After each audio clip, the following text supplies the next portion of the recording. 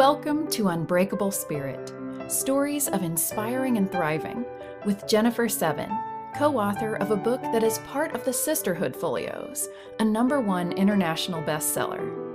This is a podcast about real women who've overcome tremendous obstacles and come out on the other side to thrive. Whether their hardships were financial, relational, or health, these women dug deep and found the light out of the dark to rise from the ashes, to find the ability to forgive, to love, and to live an authentic, joyful life.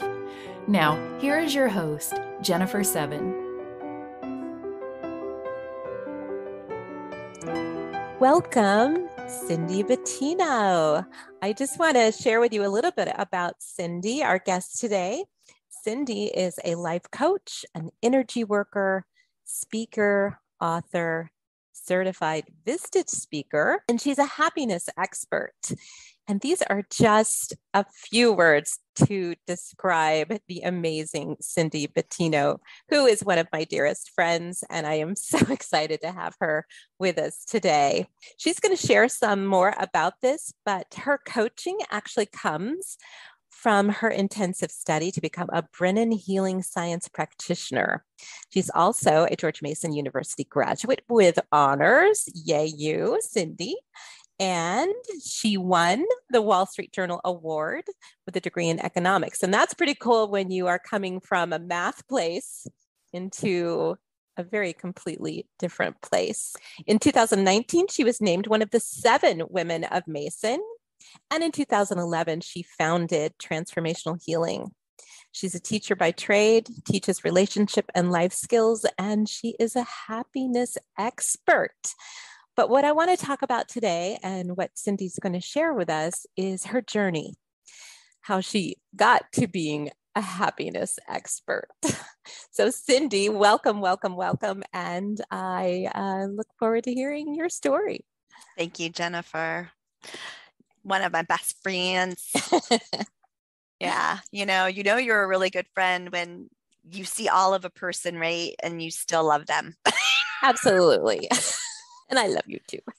So I always tell people that the family that I grew up in, I describe them, they're like the poem of the girl with the curl in the middle of her forehead. When they were good, they were very, very good. And when they were bad, they were awful. So my family, we were either laughing, giggling, playing, loving, singing, or it was total dysfunction, physical abuse, emotional, mental abuse. There was depression, there was addiction, there was pedophilia. I mean, you name it, it was somewhere in my family. Wow. And my parents were both teachers, and they were both in the top of their field. And they, when they were good, they were very, very good, right? They dedicated their lives to helping, saving, teaching, inspiring, motivating children. And they did that exceptionally well. But when they came home at night, closed the door, and, the curtains were closed, we saw a very different side of them. I mean, they came home as the imperfect, frustrated, tired human beings. Angry. Yes. Angry. Yeah. My mom is an adult child of an alcoholic. And it was interesting. I was in my early 20s, and I read a book on adult child of alcoholics or adult children of alcoholics. And I'm like, oh my God, it was my mother to the T. And her go-to was anger. And then my dad just had a lot of beauty in him, like my mom, but also had a lot of rage. And so both my parents were teachers, so we were like the latchkey kids back in the day, right? So we would come home and be alone in the house, and my brothers learned from my mother and my father all about rage. And so I would spend a lot of afternoons hiding in my closet because my brothers would start fighting. And you were the only girl, right? I was the youngest and the only girl. Youngest and the girl. Yeah. So I would huddle in my closet and hide a lot. We'll talk about not feeling safe, right? No, and they would even do that when my parents were home. You know, they would pick on you. Yeah. And it just, it all kind of went downward, right? So the oldest brother would pick on the middle one, and then the middle one would pick on the younger one. And then my youngest brother literally would beat me up regularly until I was 18 years old. Oh, wow. So it was, yeah. It wasn't the best. Did your oldest brother get the brunt of it from your dad or your mom? And then that's why it kind of trickled down. Oh, yeah. My oldest brother, bless him, yeah, it wasn't good. The expectations of him were just not normal. And,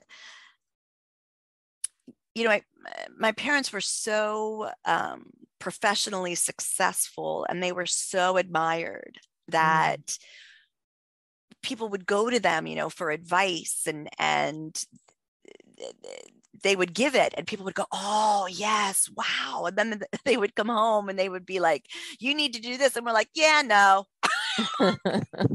We're like, and so it was, I think over the years, I've had a lot of time to think about it, obviously. And when you're on this pedestal, my father was too. My father grew up in the Lower East Side of Manhattan. He was a first generation American. He was the only person in his family that graduated from high school, let alone went to college and got a master's degree.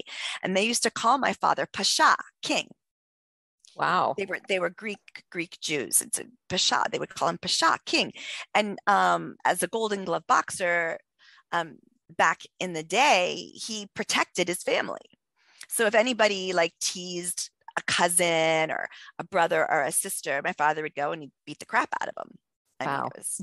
And that was his way of protecting the family. So my father sat on a pedestal from his whole family, then professionally, and he would come home and we'd be like, "Yeah, no, we're not listening to you, and yeah, we're not gonna do what you say, and yeah, thanks for your advice." But then we were kids. He would then get really angry then, and then the whole turmoil would happen. And so we lived in a 200-year-old farmhouse in Connecticut, and it had a front stairs and a back stairs. And we always got in trouble during dinner. We stopped arguing at dinner time when finally someone had the great idea of bringing the TV into the kitchen. And we stopped fighting. But, we would tell, about our day, because my mom, we had family dinners every night. And inevitably one of four of us got into trouble, probably numerous times in a week, right? Because that's what kids do, right? We're not always behaving well. So I don't know. I don't want to exaggerate it, but I would say at least once a week, somebody would name how they got into trouble that day. And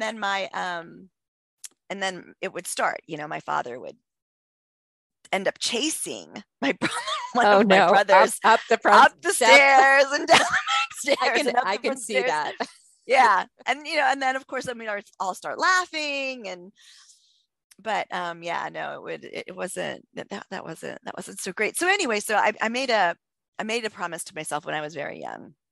It's probably sitting in that closet, right? Or after getting beaten up by one of my brothers. And I just said, I don't want to be like them, is basically what I said to myself. And I would rather be hit than hit another person. And you have to be careful what you ask for, right? Oh my goodness. So that was me. So when my father and my brothers would fight, I would get in the middle, because I knew if my father hit me, he would stop, because he didn't want to hit me. He was mad at them. But if I got in the middle, then I could diffuse it. And that became the pattern for most of my life. And And putting yourself in a protector role as Yeah. as the little younger sister. the littlest of them all. Yeah. Yeah. That was me. And then, so it's, I mean, of no surprise, of course, to anyone that does the work that I do, that of course, one of my first adult relationships was physically, mentally, and emotionally abusive. And, you know, we do what we know. We do what's comfortable, even if we don't like it. So I didn't on purpose get into this relationship, but there were so many signs that. And yet you were probably still very young. So we Oh, don't yeah. know these things. We don't realize we're repeating patterns. We're just attracted to that which we're trying to resolve. Yes, absolutely. And so I didn't want to be hit anymore. So after he had thrown me around the room. Is this while you're in high school, or are you out of school? No, I was in college. Okay. And so I drew a line in the sand, and I said, I will never allow a man to touch me in anger again. And the beautiful thing about drawing a line in the sand is that when you have positive consequences from drawing that line, then it emboldens you, right, to draw more lines in the sand, right? So then over the years, it was like, so, and no man will, what we call now gaslight, right? Or no man will ever be emotionally abusive, or no, you know, and you start standing for yourself more and more. And so that was part of the journey, right? Was to figure out what I deserved and what I wanted in my life. And from what I understand from abusive relationships is there's the pain, but then there's the, oh, I'm so sorry, please forgive me, it'll never happen again, until it happens again. It's very much a pattern, right? Well, it's a pattern. And I call it the simmering pot. You know, someone only has to harm you once, really, because then in your brain, it's then always a possibility, right? So it's not like, so there are some physically abusive relationships that they go, well, I've only hit her, you know, twice in 10 years. It's just, right. That's that's twice too many. Yes. And B, the person who's being abused, and there are men who are abused as well. So I don't want to say it's just a female problem, but when you've been physically abused, you start gauging, right? So they come in, right? They come home from work, and you're like, okay, so which person am I going to see today? And it's the simmering pot. Like my mom used to make a good 2-day marinara sauce, right? So, you know, and it always had to simmer. It couldn't boil, but a simmer can go to a boil in a second. Yes. Right. And so that's what the abused person is always gauging where they are. And then that's how they shift themselves to react or respond. And so it's not like a physically abusive relationship is only one where the person is physically abused on a daily basis. It doesn't work that way. And yes, there is a lot of, typically there's, I'm so sorry, I can't believe I did that, I'll never do that to you again.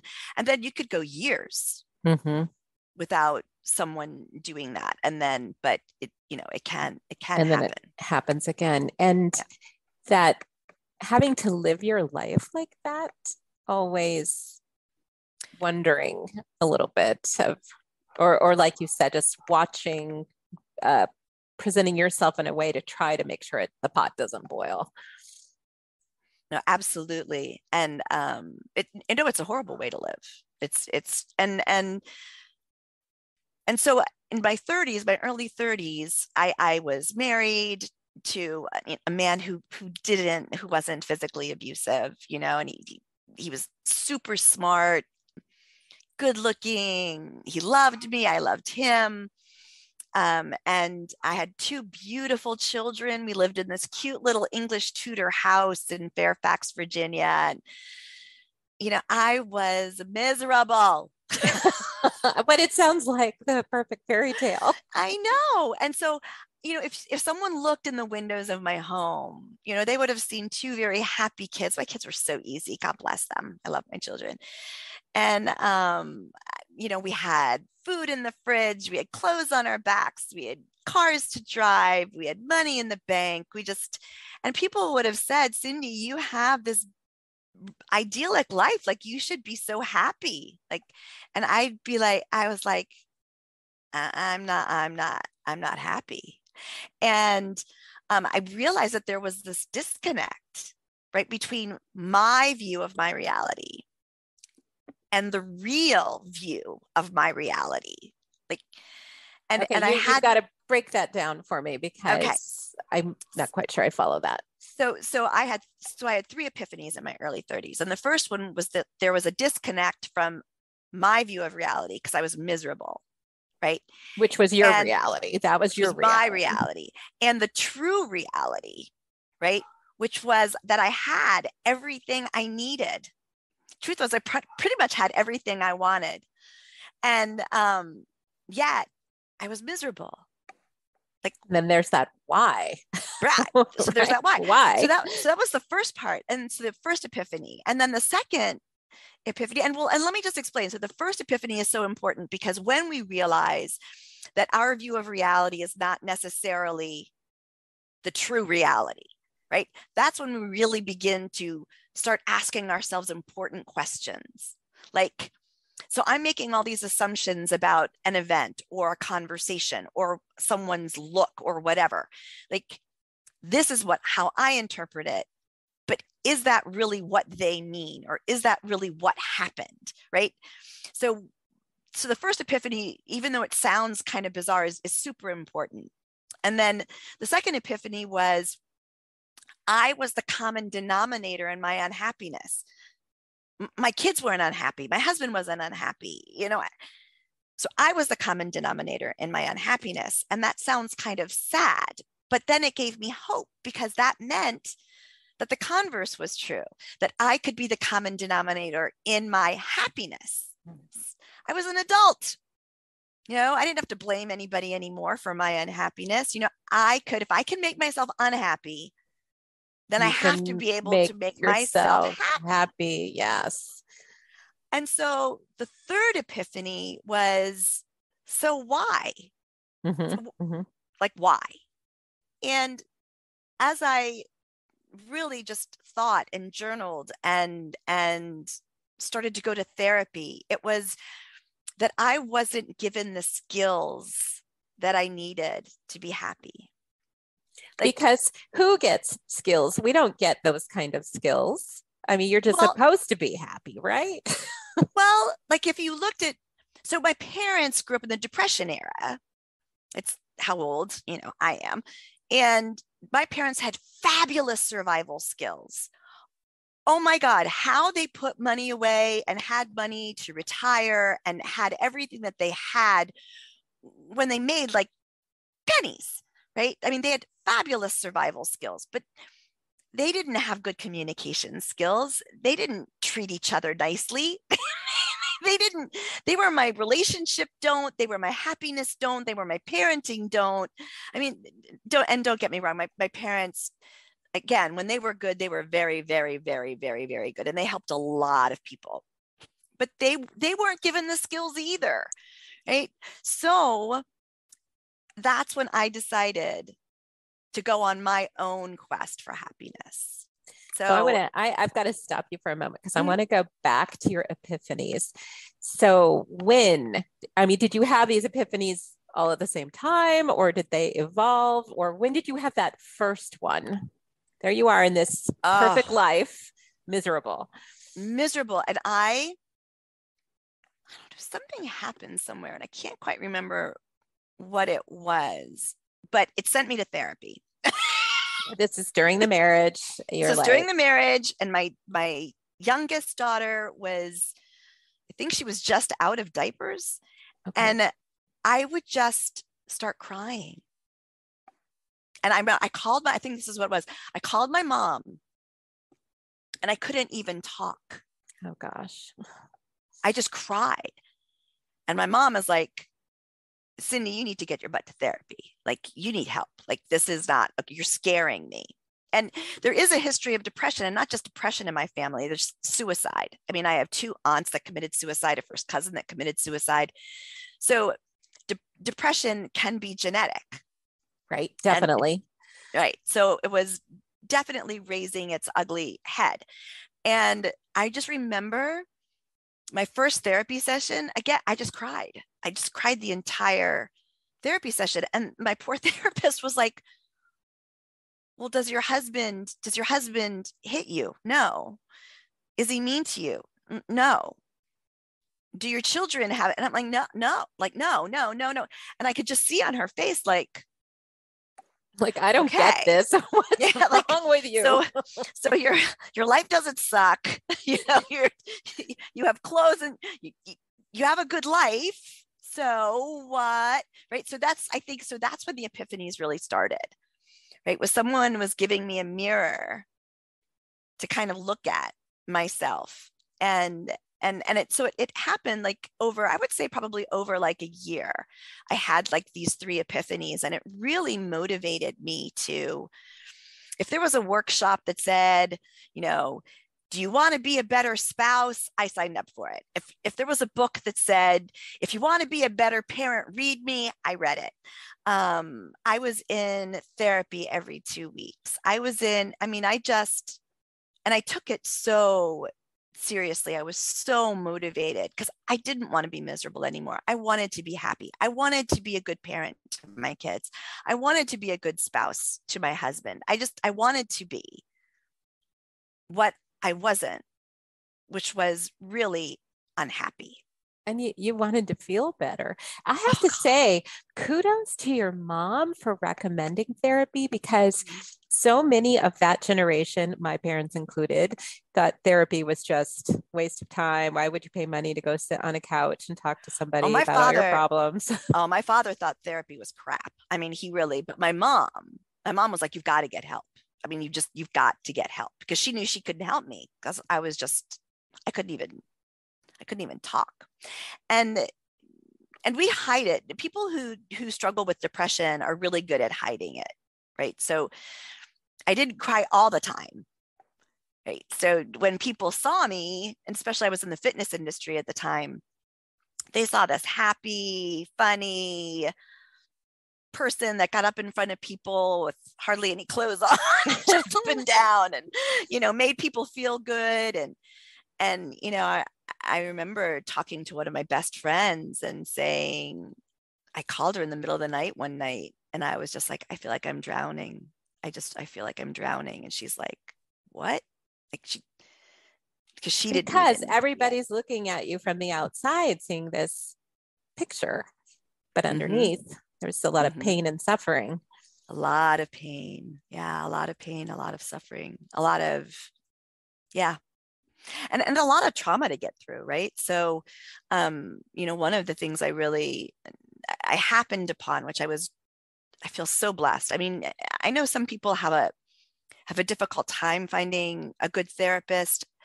And I was just I manifested, we'll speak in energetic terms, right? I manifested some great therapists in my life. And if they said, Cindy, do this, I did it. I mean, my first therapist was a clinical psychologist, and she gave me these forms to fill out every time I had a strong emotion, whether it was something happy or something sad. I wrote down the emotion. I wrote down what happened. I wrote down my belief about it.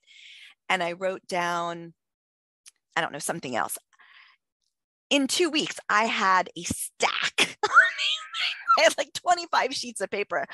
And I came in for my next session and I handed her the stack. And she was like, oh my God. You did your homework. You did your homework. And I was so good. And so as a life coach right now, I give my clients, you know, a homework. They have homework every week, because if we don't have homework, then what we do in that session is it comes and goes. It's in and out. It's done. If we don't have homework that brings us back to the epiphanies that we had, or the struggles, right, and the challenges, and then if we journal about it, if we meditate on it, if we keep it somehow in our brain, right, if we have a skill to practice, then it stays with us. So I used to go to therapy. I'd come back, and I had nannies, and I did the money that I made in the fitness industry, I paid my nannies, and because I didn't want to beat my children. My mother had 4 kids, all under the age of 7, and she really shouldn't have been home with 4 kids under the age of 7. I mean, some people are meant to be, stay-at-home moms, and some aren't. And so I had the beautiful ability to be like I worked part-time and around my kids' schedules. And so I would come home and I would download my therapy session with my nanny. Oh, that's pretty cool. And I would go, oh my God, I learned so much. And I would just like, bah, bah, bah, bah, bah, bah, bah, bah, bah. And then she became like my accountability partner. And she would be like, oh, Cindy, you're da da da da da, you forgot. And I'm like, oh, damn, that's right, I did. And it was, so it was really good. And I got to practice a lot on my nannies. And so it was, it was fun. So this work that you were doing and working really hard, it led you to make some pretty big decisions in your life. You want to tell us about some of those? Oh, decisions. Decisions like going to the Brennan School of Healing. Yes. Tell us about that. Well, first, George Mason, right? Okay. So first George Mason, and the beautiful thing about George Mason was that, I was a dance major when I was 19 years old at Southern Methodist University. And I had done some dancing professionally prior to going there. And I had this belief about myself that I was stupid, because dancers were not considered intelligent people back in that day. So if you were a dancer, you were considered kind of stupid. And the man I married, right, so brilliant, double major, finance, German studies, could speak German fluently. I mean, it's brilliant. And typically when you don't value yourself, when you don't feel good enough, you attach yourself to someone that you think is better than you, smarter than you, will be more successful than you, whatever it is. So I went back to college when I had just given birth to my son. And when he was 6 months old, I quit work and I went to George Mason, and I started getting A's. Like A's. And I was an economics major. That's a pretty interesting major to choose when you're a dancer. I know. right and left brain. And I loved, because I loved like puzzles, and I loved chaos, and I love bringing organization to like, I can see a picture and kind of organize it, right? And that's basically kind of what economics is, right? So and I knew a lot of people thought it was really hard. And it would give you validation too if you were choosing something really hard and you could do it. And I could do it. And then, oh my God, I took statistics and I got A's in statistics. And I'm like, I'm not stupid. Like, it was really cool. Like, I had all this validation that I wasn't stupid. Like, I'm smart. Like, and then it was a complete surprise to me that I won an award, because that award, I don't know if they still give it, but that was an award that was actually chosen. The person was chosen by the professors in the department. Oh, that's really amazing. Yes. Yeah. So it wasn't like based on, A's or papers that you'd written or anything like that. It was so that was a really good first step for me to realize that, okay, so now I'm smart. So now I figured out that I'm smart. I'm not stupid. And then I decided through a therapist, she was a licensed social worker, but she was also an energy worker. And I started getting into the energy work piece. And I thought it was really, really kind of interesting and fascinating. And like, do I believe in it? Do I not believe in it? And then I was going through a tough time in my marriage and started drinking a little bit more than I should have. And I realized that I could start reading people and I could tell people about themselves, which is totally wrong to do, by the way. I'm just saying. I mean, you don't do that. So if you believe that you're an empath or if you believe that you're an intuitive, do not read people unless they give you permission. And then certainly don't tell them if they don't want to hear it. Right? And yes, certainly don't tell them. And so I would go to my therapist and I go, oh man, she's like, no, you can't do that. That's invasive. You're invading their energy. You're invading their space. But so there was something to it. And then I'm a kinesthetic learner. So I learn by doing, not a visual learner first. So like reading a book or like it would be horrible for me to try to do online courses. Like I'm so glad that I went to school in the day that I did, because kinesthetic learners have a really difficult time doing like online learning or just like read a book and take an exam. Mm-hmm. I'm not good that way. I'm kinesthetic first, auditory second. So one of the reasons why I did so well in Georgia Mason is because I would take notes and then I would type the notes that I had written, and then it got programmed into the brain. So there was a school that I was told about called the Brennan School of Healing, where they teach hands-on energy healing. Barbara Brennan was one of the first people in the late 80s, early 90s to bring hands-on energy work to the United States. So she brought it to the US in a very big way. She had 2 books that were New York Times bestsellers for years and years. This was all before Reiki came to the US. And her school was also known as an emotional boot camp because her belief was you could not help another person in their healing journey if you could not tell where you ended and they began. So you had to know yourself intimately, both your brilliance and your brokenness. Yes. Your brokenness, your bad habits, your limiting behaviors, your fears, your triggers. Like you had to know yourself intimately and work on your own healing before you could go and try to help another person.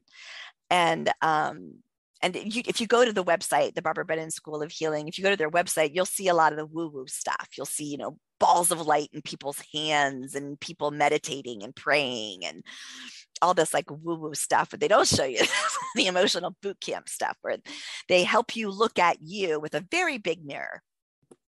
And it changed my life. And it was a huge commitment for you to go to that school because it wasn't close by. You had to go somewhere.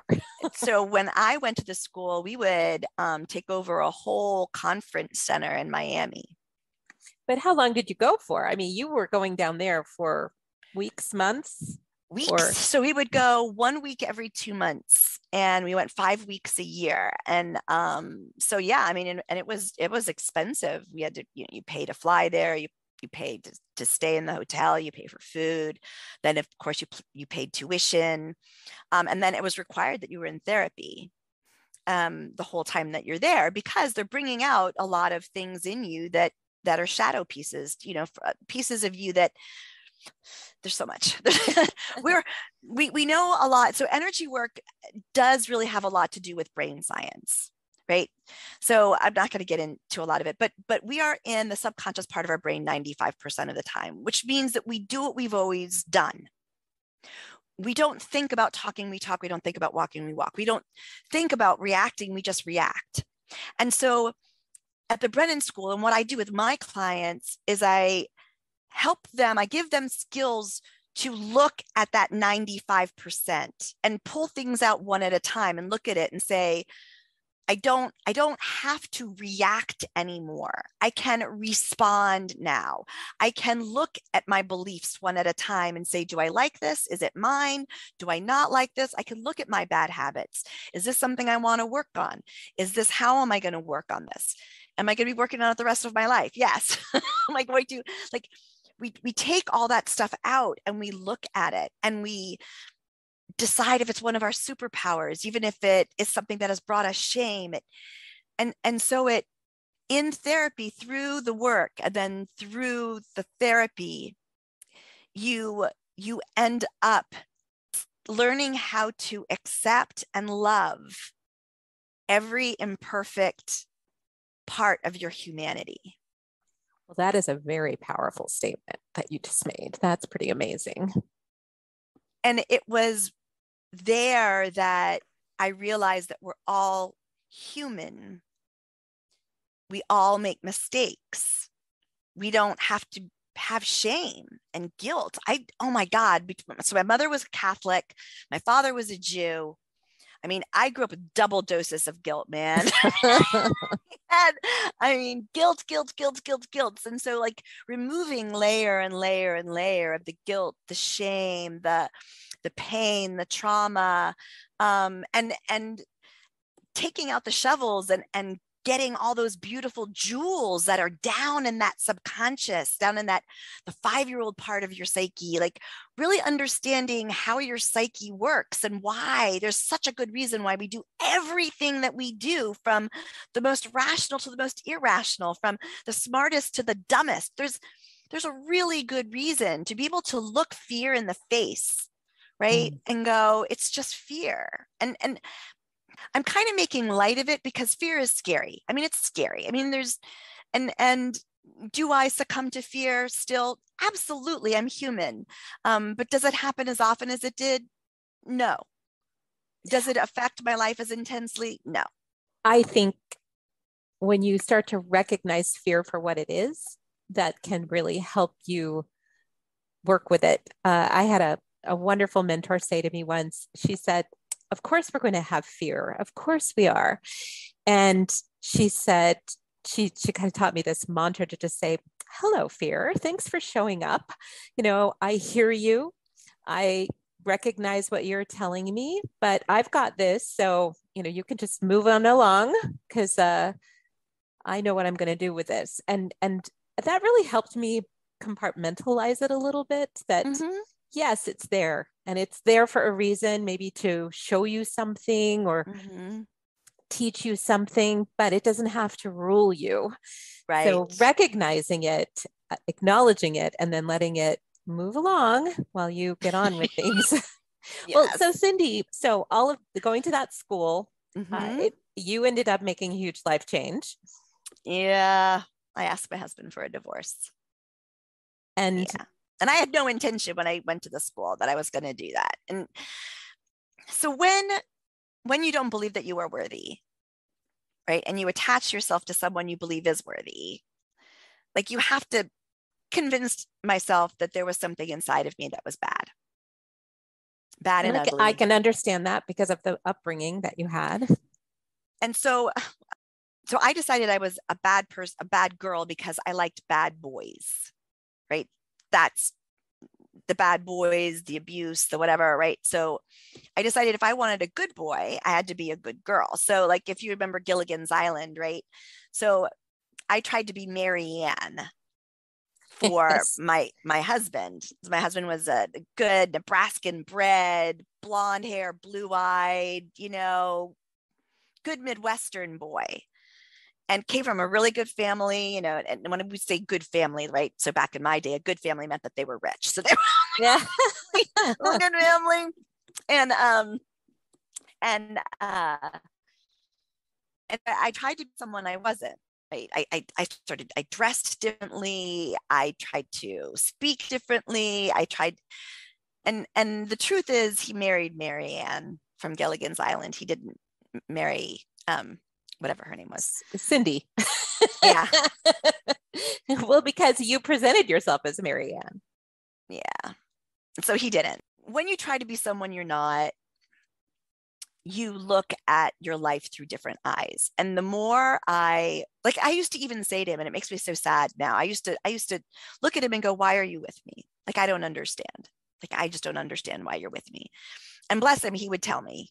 But he would say things like, you're the spice in my life. Like, he couldn't give like actionable items like to why I was there. So he didn't do it on purpose. It was just, But once I started realizing my value and realizing like what I actually brought to relationship and what I actually bring to people's lives and my life and how I actually show up as a parent and how hard my work ethic was. And like, once I started realizing my value, he came off that pedestal, right?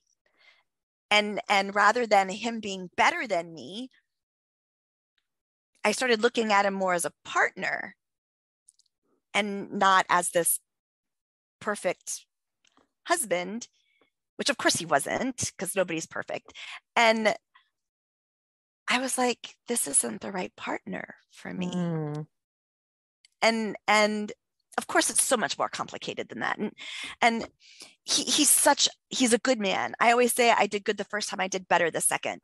Not because not because my now husband is better than my first husband, but we're better partners. Like, because you know who you are now. Yes. And I know my value and I can be authentic and I didn't have to pretend I was somebody else. Which is exhausting. Yep. It's exhausting to live like that. It's so exhausting. Yeah. It's very exhausting. And everybody's looking at you wondering, what's your problem? Why are you unhappy? You've got everything. Right. Yeah. Oh, I was told I was crazy by so many people, even my family. I actually lost most of my family in the divorce. Oh, gosh. So, yeah, you went through a lot. So that brings you to this life you have now, this man you have now, this business that you have now. So gosh. All this work, I mean, wow, you have really done a lot of work on yourself. You have learned a lot, economics, Barbara Brennan school. I mean, wow. It's a lot. Yeah, it's a lot. And, it was me finally figuring out what enough was for me. And it's still my journey to this day. Right. And like, we had dinner the other night and I was telling you that, I got in trouble. I got in trouble for the first time in years about my behavior, with my father passing, and I didn't necessarily behave as you felt you should have. So I still get triggered and I can still behave badly, but I have an amazing life, and it's because I don't follow anybody else's definition of what enough is for them. Like, I have what is enough for me. And people thought I was crazy because I went from we had the 6,000 square foot house in Fairfax on 5 acres, and it was beautiful. It really was. It was a beautiful home. My ex made a ginormous amount of money. He was very successful. Our kids just thrived in the environment. And now I live in a little cabin on the side of a mountain. And I used to have a huge closet filled with designer clothes, and now I have my little IKEA cupboards that have my clothes in them. But I'm happy. I'm really, really happy. And I'm happy from the inside out. Do I still sometimes struggle with depression? Yes. But I would say a good 90% of the time, I am a really happy person, and I can say that I feel enough, that I have enough. I don't drive a fancy car anymore, but I love my little Jeep. I call it tiny. It's tiny. It's tiny and tough like me. I don't have $500,000 horse. I have an off the track thoroughbred that I paid just not much for, right? But he's fabulous. He's amazing. He's incredible. Yeah. So Cindy, now you are the happiness expert. This is what you do. So I would love for you to share with our listeners what is a happiness expert, and how can you help people become happy? So I teach life and relationship skills, the skills we weren't taught by our parents, right? So I teach a lot of communication skills. I teach a lot of conflict skills. I teach a lot of skills around healthy boundaries, how to say no with your heart, how to use your words, how to find your words. I teach a lot about trust. I teach a lot about self-love. When we build that inner anchor, we don't have to find our value from other people. We don't compare ourselves to the people on Facebook, right? Facebook's not real. But anyway, so True that. TikTok isn't real. True that. Yes, Instagram's not real. It's just, nobody shows the sadness, but the pain. So what do I do? So I work with people either individually, or I have happiness groups, and I have an online program that my groups work from. They sign up for 12 months. I'm starting my second, more advanced group. So my first group, happiness group, is Happiness as a Verb, plus Zoom.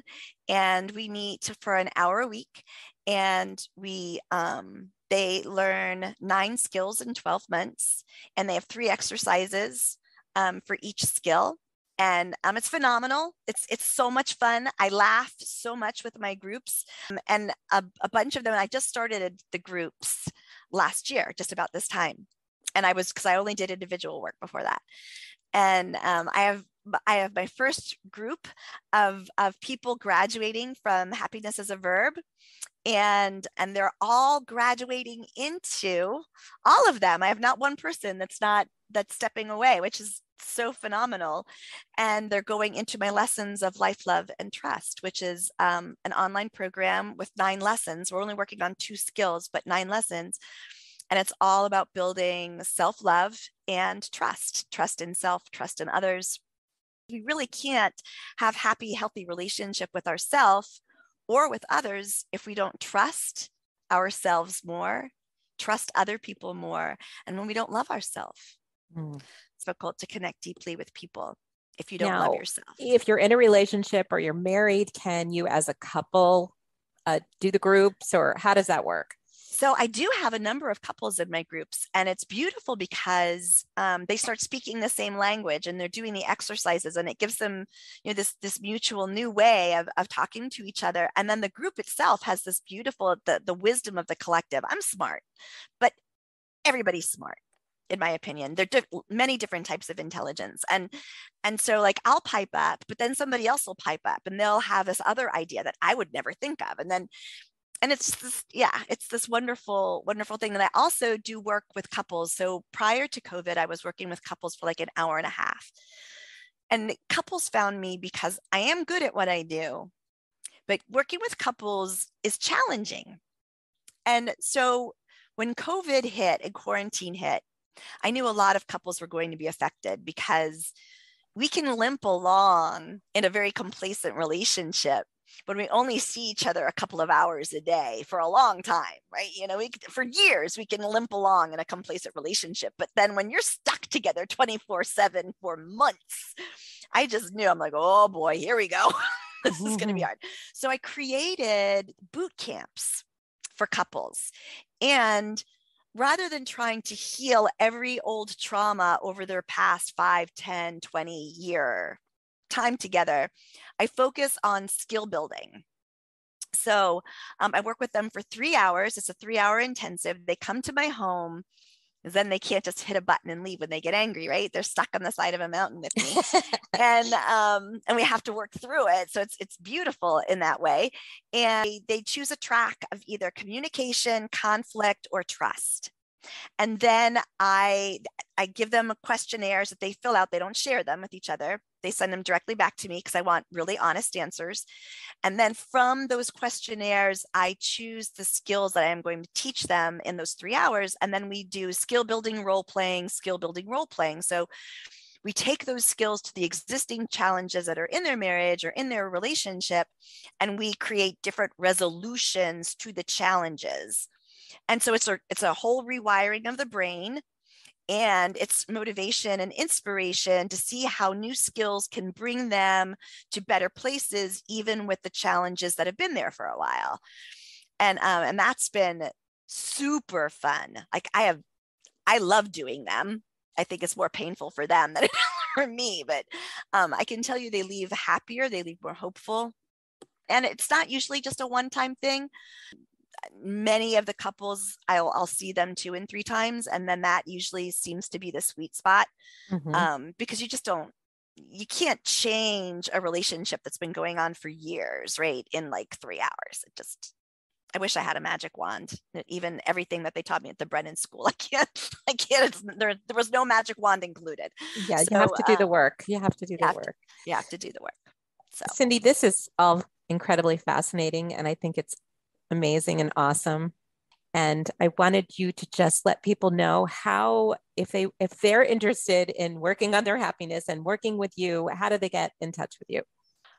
Well, they can reach me through email, Cindy, CINDY, at transform-heal, HEAL.com.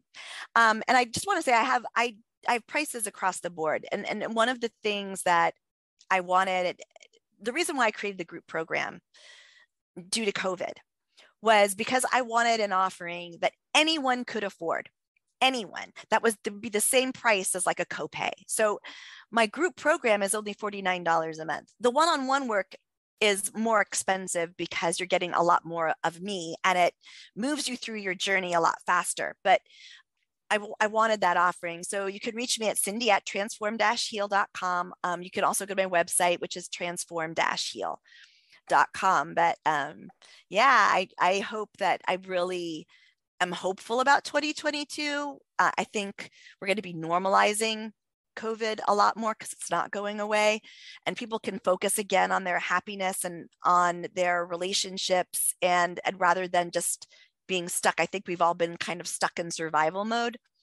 And I'm starting to see that shift and change a bit, that people want to be happy again, and they deserve to be happy. I mean, we all deserve to be happy. It's been a rough couple of years, man. It sure has. It sure has.